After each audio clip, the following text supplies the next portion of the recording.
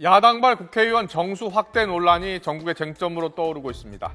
새정치민주연합 혁신위원회가 어제 권역별 비례대표제 도입과 함께 현행 300명인 국회의원 정수를 369명으로 확대할 것을 제시하면서 여야 간 첨예한 대결로 번지고 있는 겁니다.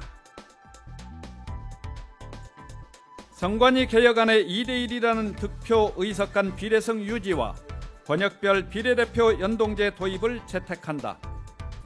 예를 들면 현행 지역구 의원수 246명을 유지한 채 중앙선관위가 제안한 2대1 의석 비율을 적용하면 지역구 246명, 비례대표는 123명이 되어야 한다. 따라서 국회의원 정수는 369석이 되어야 한다.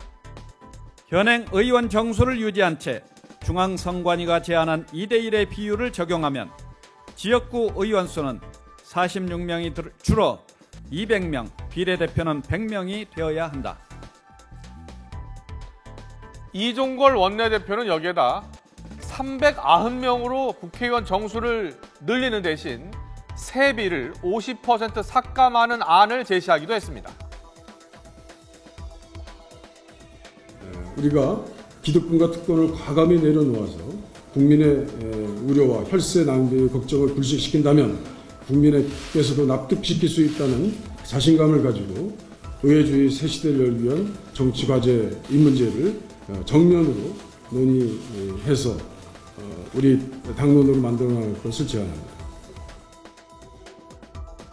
네, 하지만 야당 혁신위의 제안일 뿐 새정치연합 지도부 내에서조차 아직 정리가 안 된 모습입니다. 문재인 대표의 입장을 직접 들어보시죠. 지금은 의원 정수 문제를 논의할 때가 아니라고 생각을 합니다.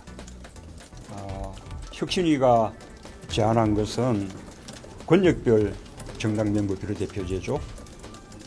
말하자면 비례성을 높여서 우리 정치의 지역구도를 타파하자는 것입니다. 중앙선관위가 제안한 혁신 방안하고 같습니다. 그 권역별 정당 멤버 비례대표제는 반드시 의원 정수 확대하고 이렇게 꼭 연결되는 것은 아닙니다. 네, 이처럼 문재인 대표는 아직은 논의할 때가 아니라면서 권역별 비례대표제 논의가 먼저라는 입장을 밝혔습니다.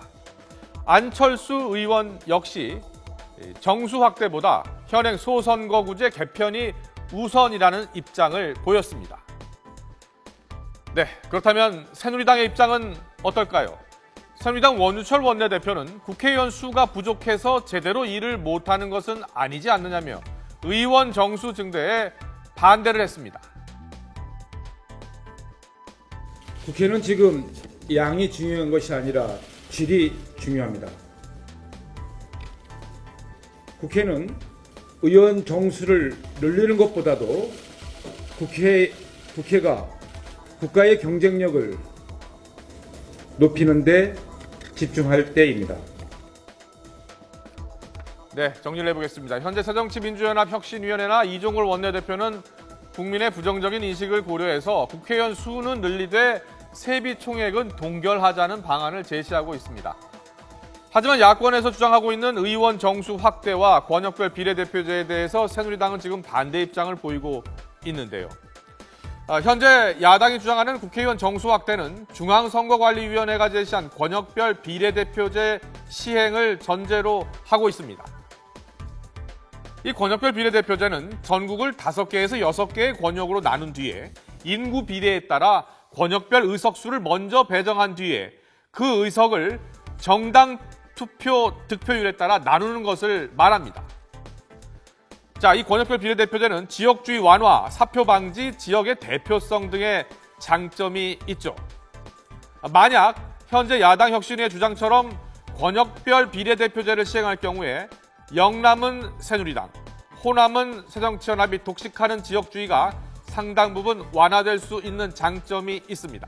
또 권역별 비례대표제를 실시할 경우 비례대표 의석수가 대폭 증가하기 때문에 소수 정당에 국회 진출 기회를 제공할 수 있습니다.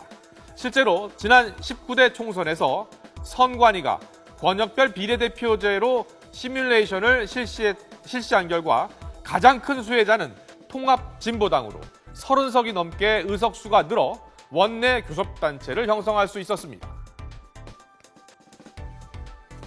새누리당도 호남에서 지금 지난 총선에서 한 석도 못 얻지 않았습니까? 예, 예. 물론 보궐선거에서 한 석 얻긴 했는데 네. 그런데 그때 5.4%를 호남에서 득표를 했습니다. 예. 그런데 그거를 만약에 송관이가 한 방식대로 시뮬레이션을 해보면 4석을 얻게 되는 겁니다.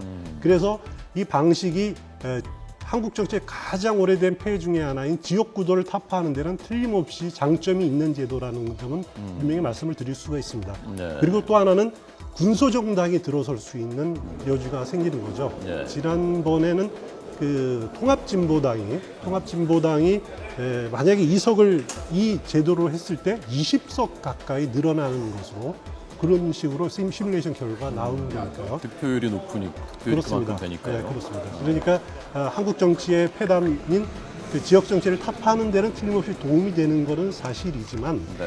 그러나 과연 이것이 의원 정수 연결로 이어질 필요가 있느냐.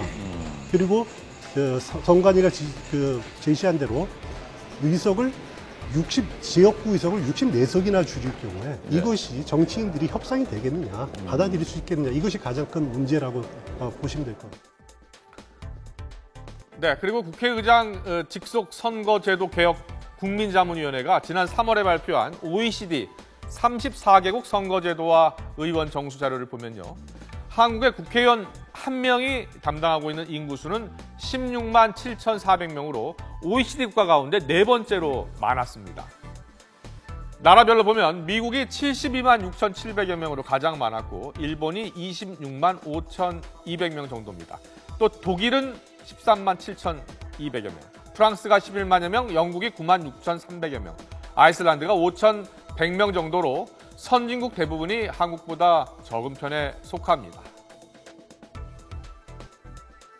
헌법에 지금 어떻게 되어 있냐면은 국회의원 정수는 200인 이상으로 한다라고 되어 있습니다. 아, 그렇군요. 200인 이상으로 되어 있습니다. 그 200인 이상이라고 하는 정신이 뭐냐? 만약에 350명, 400명 하면은 300인 이상으로 해야 되는 것 아니냐? 그러면은 헌법 개정의 사유가 된다라는 주장도 있을 수가 있습니다. 물론 예. 뭐 전부 동의하는 의견은 아니지만은 충분히 그런 의견도 생각해 볼 수가 있습니다. 네, 작년 10월 헌법재판소가 지역구 인구 편차를 3대 1에서 2대 1로 조정하라는 결정을 내린 이래 지금 의원 정수 문제는 계속해서 논란을 불러일으키고 있습니다. 또 현재 국민 여론도 무시할 수 없는 상황인데요. 그동안 정치권이 보여준 모습으로 봐서 국민들 입장에서는 의원 정수 확대, 기득권 챙기기의 단면으로 비춰질 수 있을 겁니다. 자, 내년 총선을 앞두고 불거져 나온 국회의원 정수 확대, 도입 여부에 따라서 정치권의 지형이 또 바뀔 수가 있어서 향후 정치권의 뜨거운 감자가 될 것으로 보입니다.